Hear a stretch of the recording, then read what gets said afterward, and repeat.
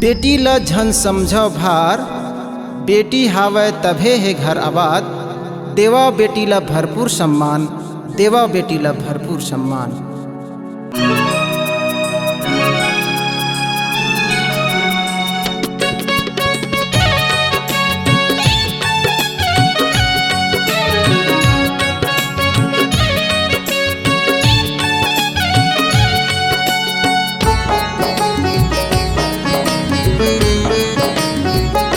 बेटियां होते जी हर घर किसान, बेटियां होते ना।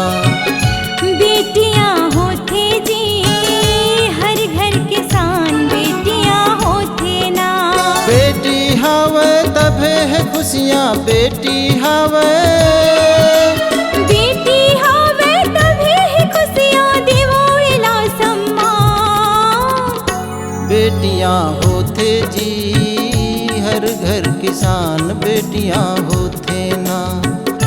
बेटियां होते जी हर घर किसान, बेटियां होते ना।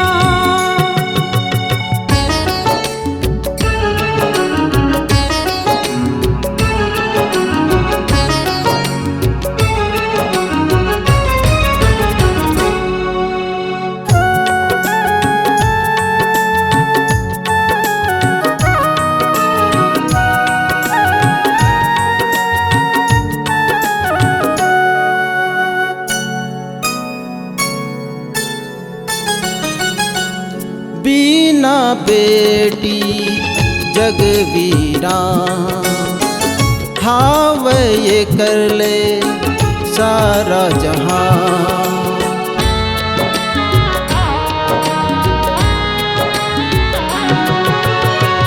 बेटा बराबर ये ना बढ़ावो, आही घर माँ तभी खुशहाल।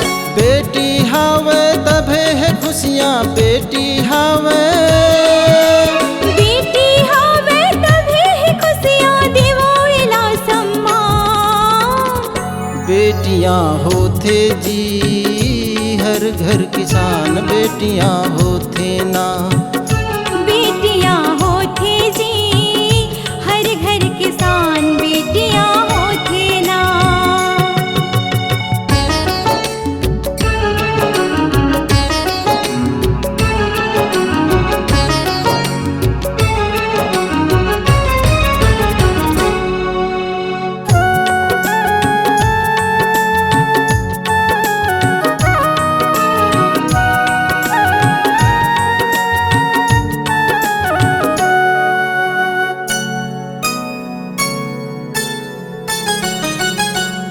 बेटी भी हावे बेटा समान, रोको भेदभाव अत्याचार।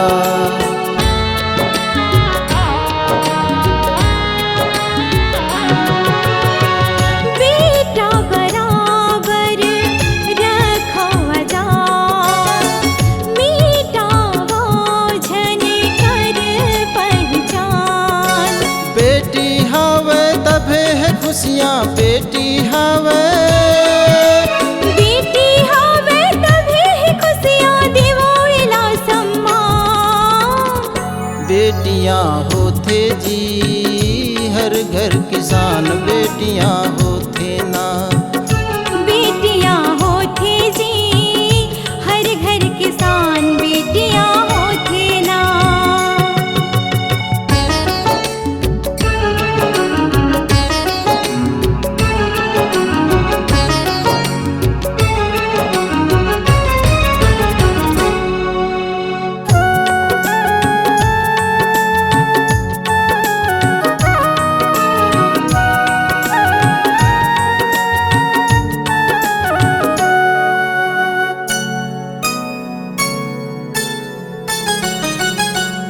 बेटी ल देवो बेटा सा प्यार, देवो दुनो झन ल समान अधिकार।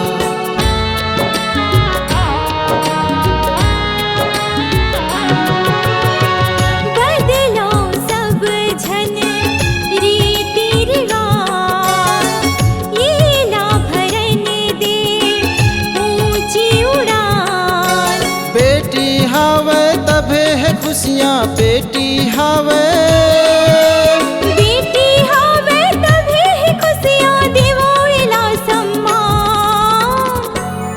बेटियां होते जी हर घर किसान बेटियां होते ना।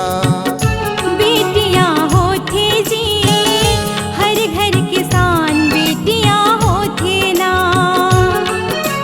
बेटी हावे तभे है खुशियाँ बेटी हावे। बेटी हावे तभे है खुशियाँ देवो इला सम्मान। बेटियां होते जी हर घर किसान बेटियां होते ना। बेटियां होते जी हर घर किसान बेटियां होते ना। बेटियां होते जी हर घर किसान बेटियां होते ना। बेटियां होते जी हर घर किसान बेटियां होते ना।